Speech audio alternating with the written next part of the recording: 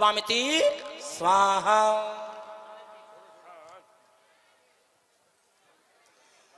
कर बिहार प्रभु धर्म प्रचार उपदेशामृत भव्योद्धार पशु सिंध क्षेत्र गए लीना योग निरोध ध्यान प्रभु कीना ध्यान मगन निधि आत्म विचारा शक्तियां प्रतिभाती प्रकृति नशाए तेरे प्रकृति का निर्वपामिति।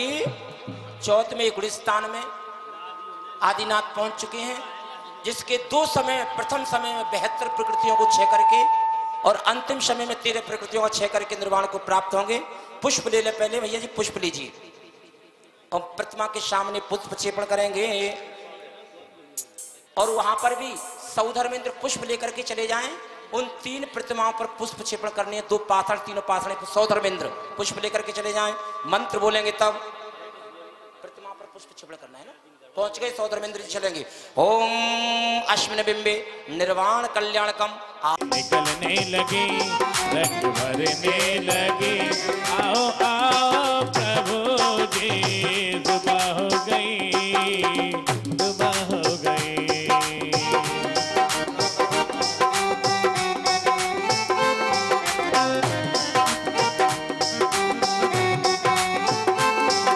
गणोन्मतनाय देवं सदोदकैरभिनयामि महाभिषेकम्। आइए धारा करिएगा आपके लिए तालियों की आवाज में। ओम ह्रीम श्रीम क्रीम क्लीं हरिम बम बम हम सम तम बम बम हम ईश्वरा। क्लीं क्लीं क्लीं हरिम बम बम हम सम तम बम बम बम हम हम सम सम तम तम पम पम जम जम झीम झिम झीम झिम राम राम भीम भीम रव रव नमोवती भगवत श्रीमती पवित्रहा उदक चंदन तुल पुष्प कई तब करारे वो करो आ गए चरणों में सर को झुका देना है, चरणों में सर को झुका देना है। आयोजन की पूर्ण आहुति है।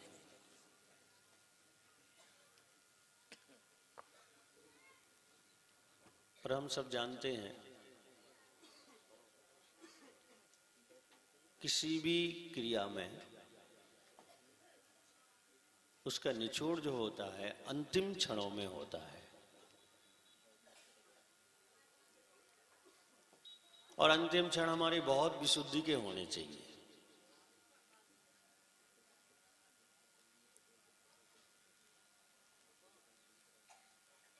और वैसे भी मोक्ष कल्याणक है आज।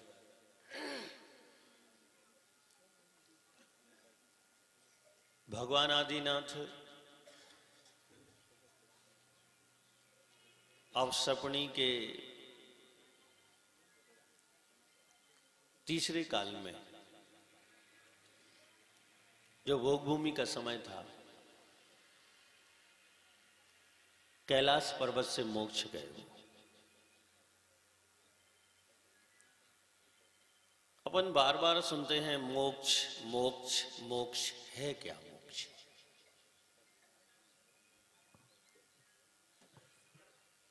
शब्द का अर्थ हम देखें तो मृत्यु को भी मोक्ष कहते हैं। आपने देखा होगा शमशान के बाहर कहीं कहीं मोक्ष धाम लिखा होता है, लेकिन हम उस मोक्ष की बात नहीं कर रहे, क्योंकि शरीर से तो हम अनंत बार छूटे हैं, लेकिन दूसरे शरीर को प्राप्त करने के लिए यहां जिस मोक्ष की बात चल रही है उससे शरीर से मुक्ति होती है, अर्थात पुनः उस जीव को संसार में आना नहीं पड़ता है, अशरीरी हो जाते हैं। यानी शरीर से राहत सिर्फ आत्मा तनुवाद वलय पर जाकर रुक जाती है। हमारी भी कहीं ना कहीं इच्छा है कि मोक्ष हो, और वो इसलिए है कि हम थके तो हैं, संसार की आपाधापी से प्रत्येक जीव थका हुआ है, कर्मों की मार से पिटा हुआ है। सामान्यतः मोक्ष का स्मरण नहीं आता, लेकिन कोई ऐसे निमित्त मिल जाते हैं जब लगता है कि संसार छूट जाए तो अच्छा है। तो बात अलग है कि जीवन में ऐसे क्षण बहुत बहुत कम लोगों को और कम समय के लिए मिलते हैं।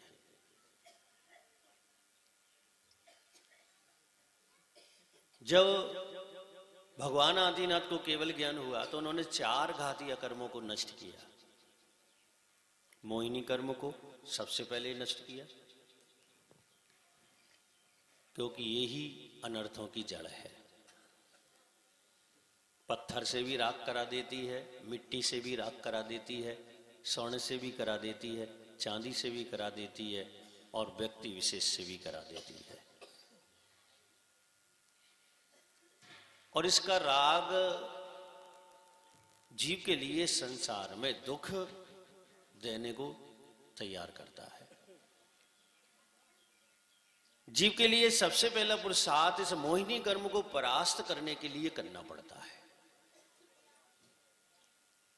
और जो जीव मोहिनी कर्म को परास्त कर देता है वो ज्ञानावरणी, दर्शनावरणी और अंतराय को भी परास्त करने में सक्षम होता है। ऋषभदेव मुनिराज ने सर्वप्रथम दीक्षा ग्रहण करके ध्यान को एकाग्र करते करते एक अंतर्मुहूर्त तक ले गए और इन 4 घातीय कर्मों को उन्होंने नष्ट किया। केवल ज्ञान प्राप्त हो गया। कल हमने केवल ज्ञान की क्रियाओं के साथ केवल ज्ञान संपन्न किया था। केवल ज्ञान का अर्थ है कि ऐसा ज्ञान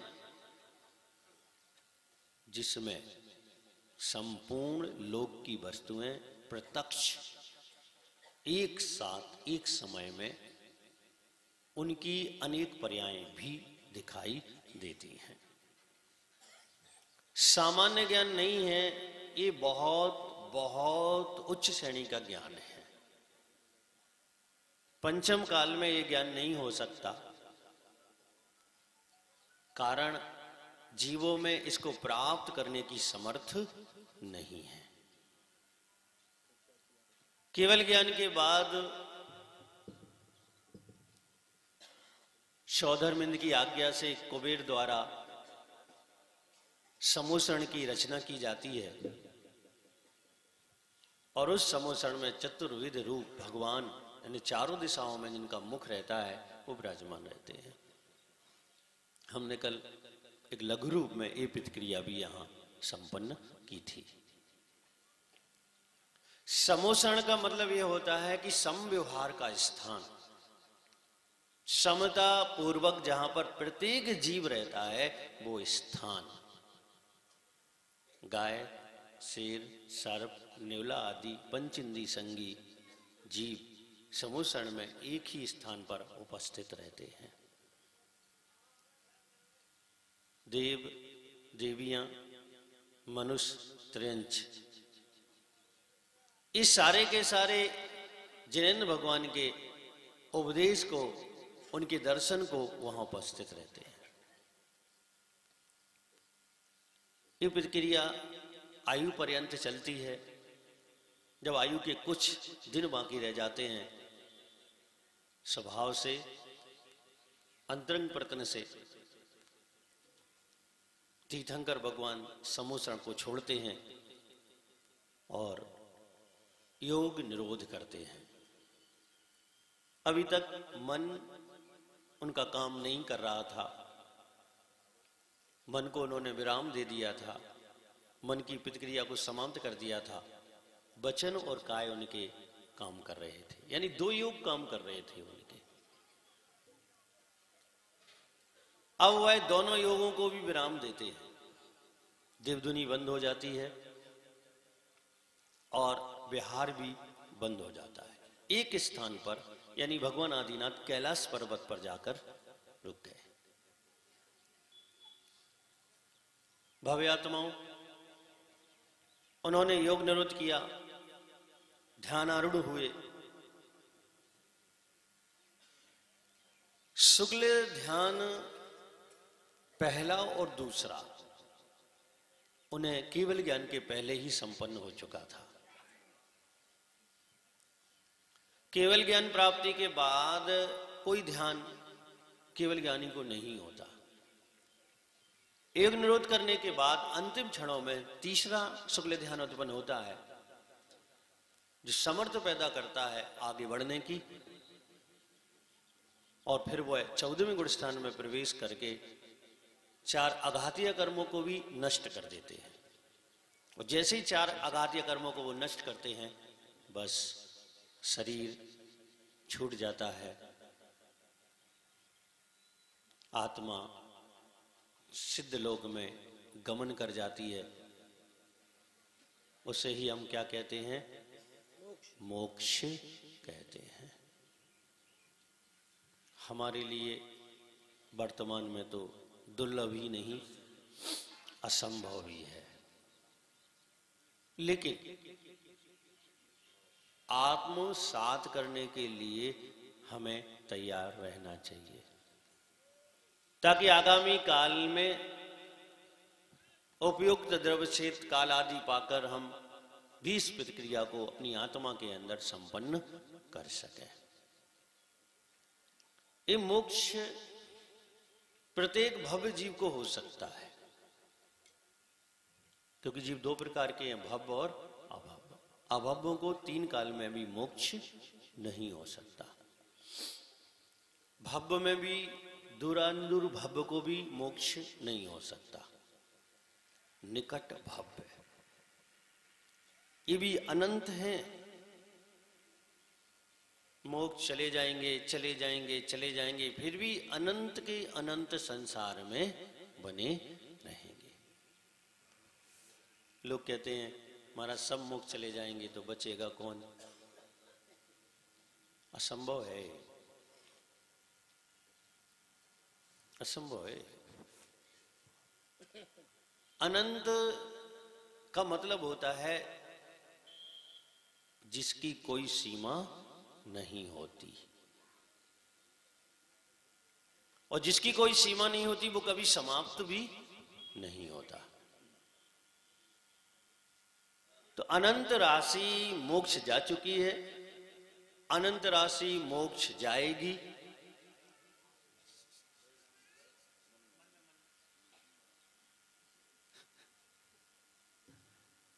और जाती रहेगी।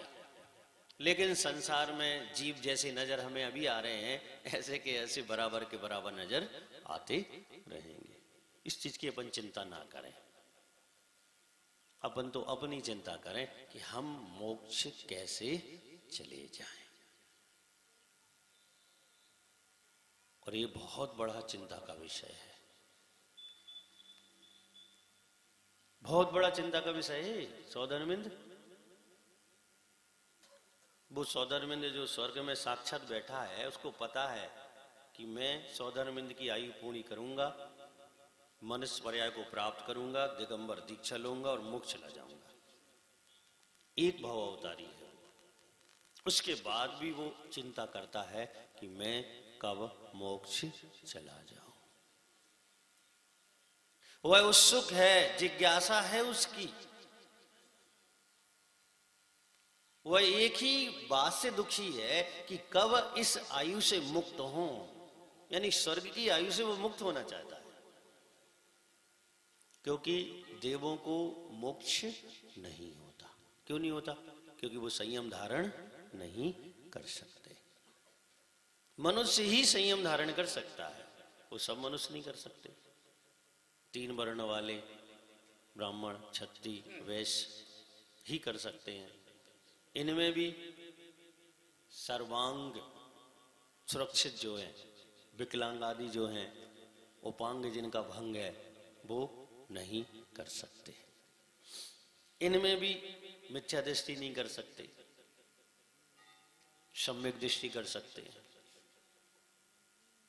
यानी विशेषताएं ऊपर ऊपर आके बढ़ती गई हैं, बढ़ती गई हैं, और अंत ऐसा होता है कि बहुत कम जीव ऐसे रह जा पाते हैं जो संयम को धारण कर लेते हैं। और जो संयम को धारण करते हैं सभी उसी भाव से मोक्ष नहीं जाते। परमात्मा के वशीभूत कुछ जीवों से भूल चूक हो जाती है तो वो यहां वहां हो जाते हैं, और जो बिना प्रमाद के निरंतर आगे बढ़ते हैं वो कोई देव हो जाते हैं, फिर वहां से आकर मनुष्य होते हैं, फिर मोक्ष चले जाते हैं। कोई 2 भाववाद, कोई 3 भाववाद, कोई 10 भाववाद, कोई 32 भाववाद। लेकिन ये नियम है, सम्यक दर्शन के साथ एक बार कोई भी दिगंबर वेश को धारण कर लेता है, वो संसार में मात्र अधिक से अधिक रुकेगा। तो कितना रुकेगा? 32 भाव तक। क्योंकि सम्यक दर्शन के साथ दिगंबर मुनि उत्कृष्ट संलेखना करता है, और उत्कृष्ट जगन्य संलेखना भी कर लेता है, तो उसका फल 32 भाव, मध्यम कर लेता है तो 7-8 भाव, और उत्सक कर लेता है तो 2-3 भाव में वह मोक्ष चला जाता है। अब हमें बताओ कितने लोगों को मोक्ष जाने? पुष्पेंद्र, कितने हैं लार के लोग तुम आए थे? पूछो सबसे। लार वारों को लार में रहने, मोक्ष नहीं जाने। देखो जाने तो हमें सबको है, इच्छा करने में क्या बिगड़ता है? बना लो भाव। दिन में एक बार नहीं, जितनी गिनती तुम्हें आती हो उतने बार बनाओ। जितनी तुम्हें गिनती आती, 100 तक आती हो तो 100 बार, 200 तक आती तो 200 बार, 1000 बार आती तो 1000 बार, 10,000 बार आती तो 10,000। जैसे नोट होते हैं, किसी के पास 100 हैं तो वो सोचता कि 200 हो जाए, किसी के पास 10,000 हैं तो सोचता कि 1 लाख हो जाए। 20,000 नहीं सोचता, फिर वो सीधा बढ़ता है आगे। इसके बाद 1 लाख है, वो क्या सोचता, 10 लाख हो जाए। 10 लाख से सीधा करोड़ पर उसका मन जाता है कि करोड़ हो जाए। करोड़ से सीधा 10 करोड़ पर मन जाता है, फिर अरब पर जाता है। ऐसे ही निरंतर हमारा भाव मोक्ष प्राप्ति के लिए भी बढ़ना चाहिए कि मुझे मोक्ष मिले, मुझे मोक्ष मिले, मैं कर्मों का क्षय करूं, मैं ऐसा पुरुषार्थ करूं जिससे मुझे मोक्ष मिल जाए। और अगर आप ऐसा पुरुषार्थ करते रहेंगे तो फिर आपके लिए मोक्ष मिलेगा।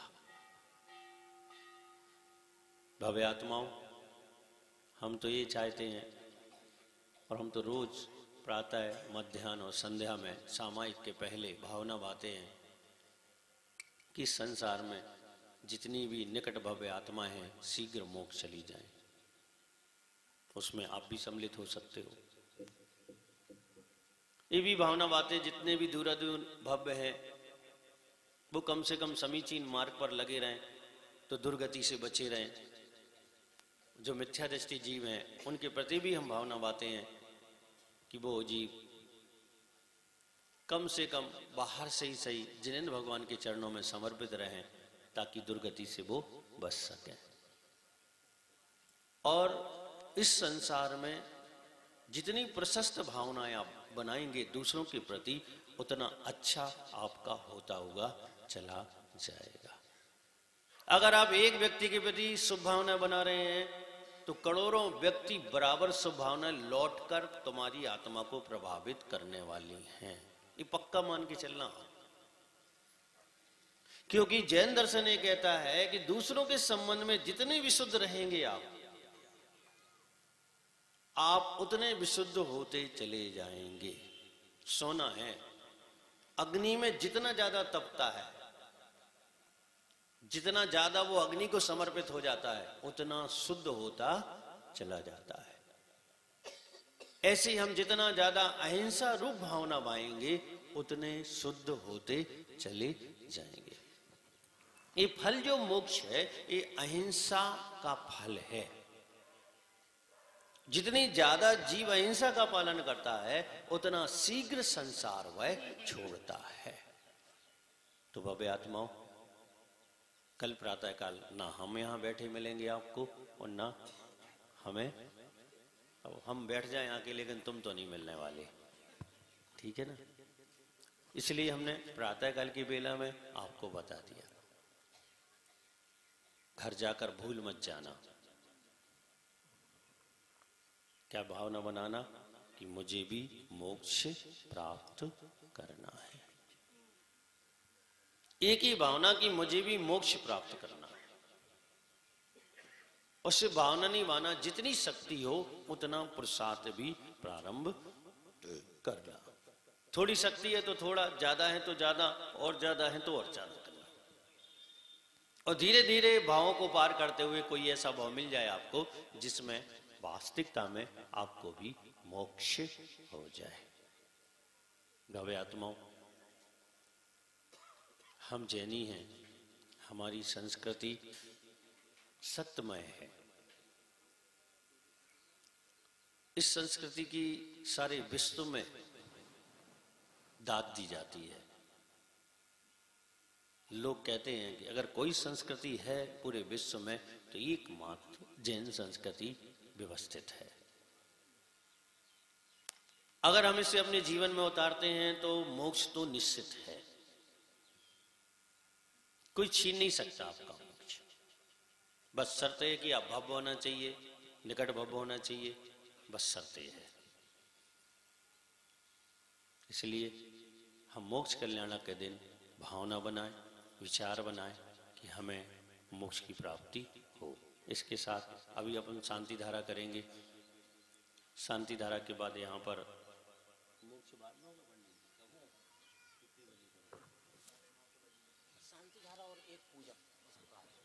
ठीक है, फिर मोक्ष कल्याणक होगा, फिर आपका हवन आदि जो क्रियाएं हैं वो होंगी, उसके बाद आपका भोजन होगा। भोजन होने के बाद फिर अपन 1 बजे से भगवान पार्श्वनाथ का मस्तकाभिषेक करेंगे।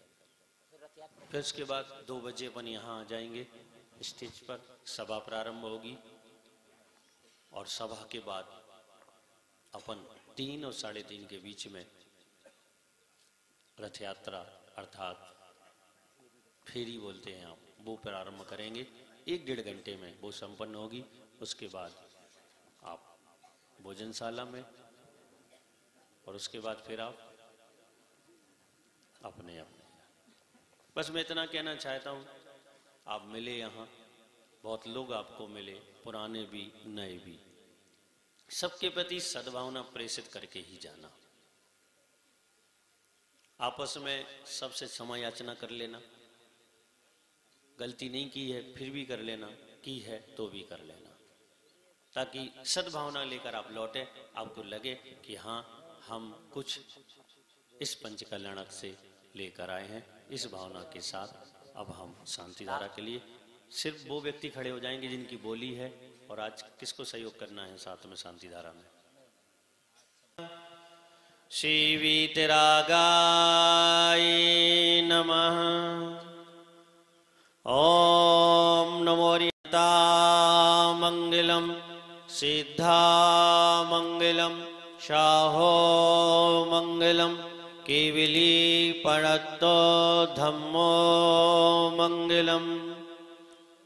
चत्तारि लोकोत्तम अर्यन्ता लोकोत्तम सिद्धा लोकोत्तम साहो लोकोत्तम केवली पणत्तो धम्मो लोकोत्तम। चत्तारि शरणं पवज्जामि अरन्ते शरणं पवज्जामि सिद्धे शरणं पवज्जामि साहो शरणं पवज्जामि केवली पणत्तं धम्मं शरणं पवज्जामि।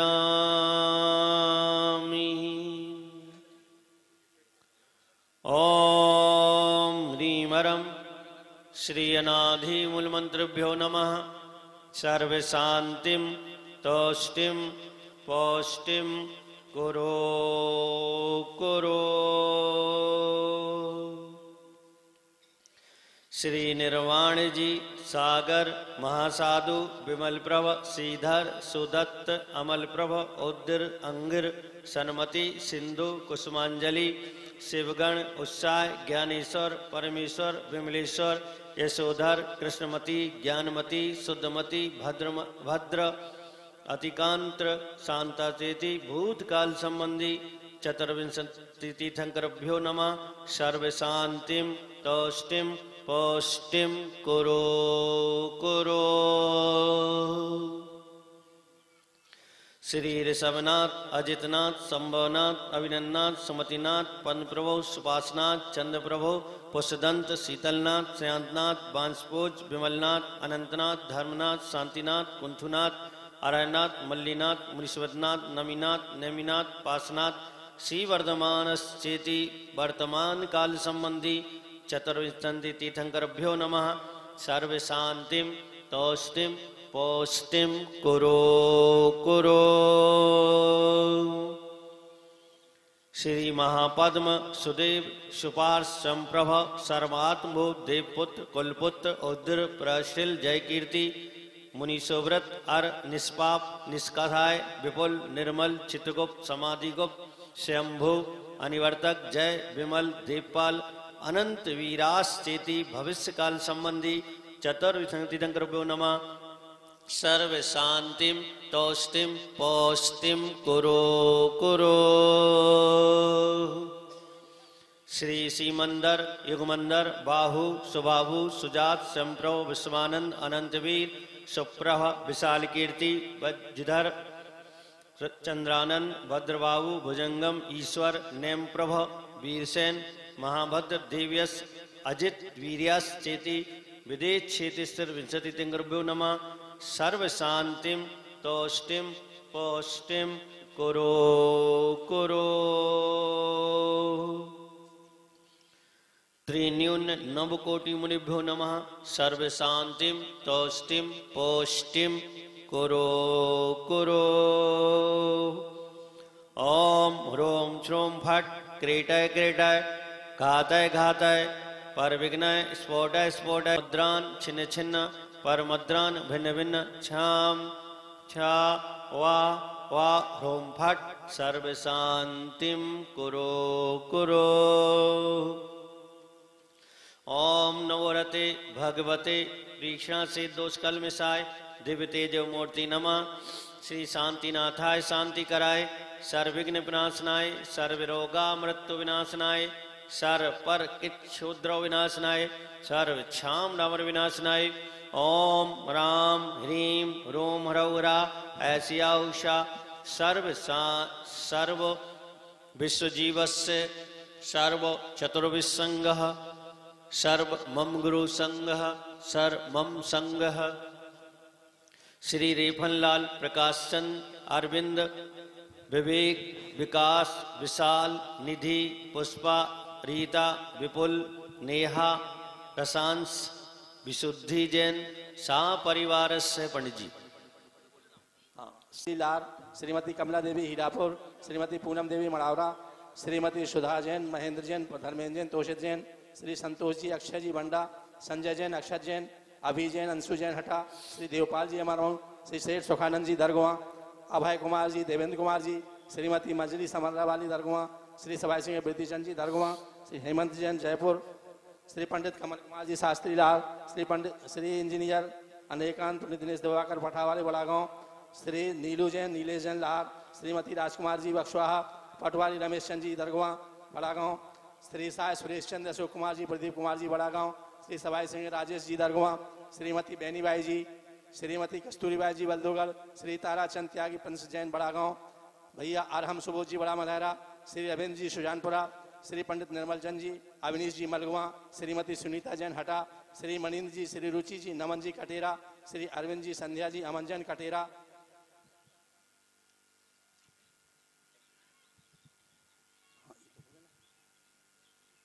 श्री सुश्री विधि जैन बल्दोगल ये तो हो गया महाराज बोल दिया। श्री पन्ना लाल जी लार खेमचंद जी राजकुमार जी लार अक्षय जी अतिशय जी पुष्पेन जैन लार पुष्पा जैन बंडा श्री श्रवण कुमार जी इंजीनियर नितिन जी लार श्रीमती पुष्पा जैन शेखर जी वाली हटा। ओ करो ओम नमो भगवतो वड्डमाणस्य यस्य चकलं जलंतं गच्छायम आयणं पायणं लोयाणं भूयाणं जयवा वादेवा थमणेवा नरणेवा सब जीव सत्ताणं अपराजितो भवदु रख रख स्वाहा। यस्तुकं त्रुक्लोकेशो व्याधि विषयवर्जितम् अमैच्छिम् आरोग्यं स्वस्तिरस्तो विधीयते। शिव श्री श्रीमत् शांतिरस्तो तथास्तु शिवमस्तो तथास्तु जयोरस्तो तथास्तु नित्यमारोग्यमस्तो तथास्तु सर्वेषां पुष्टिरस्तो तथास्तु समृद्धिरस्तो तथास्तु कल्याणमस्तो तथास्तु सुखमस्तो तथास्तु अभिवृद्धिरस्तो तथास्तु कुलगोधनास्तो तथास्तु श्री सद्धर्म बल आयु आरोग्य सर्वृद्धिरस्तो तथास्तु। ओम ह्रीमरम नमो संपूर्ण कल्याण मंगारोप मोक्ष पुरुषासाद भवतु। संपूजकानां पुरस्य राज्ञः करोतु शांतिं भगवान् जिनेन्द्रः करोतु शांतिं भगवान् जिनेन्द्रः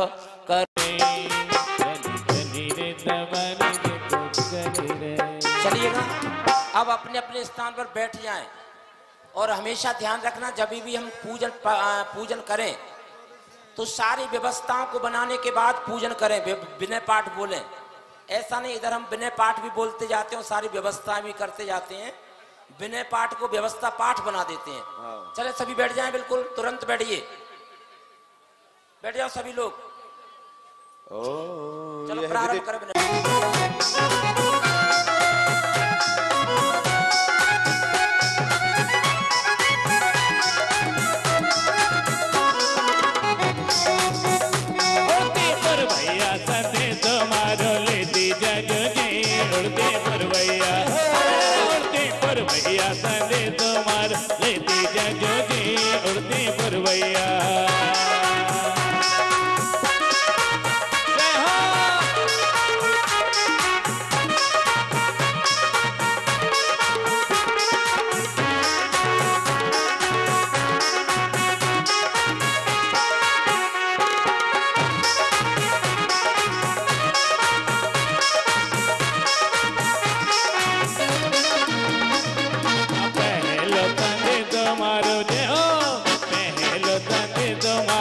स्वर्गवासी में दी ज्योति पहलो संदेश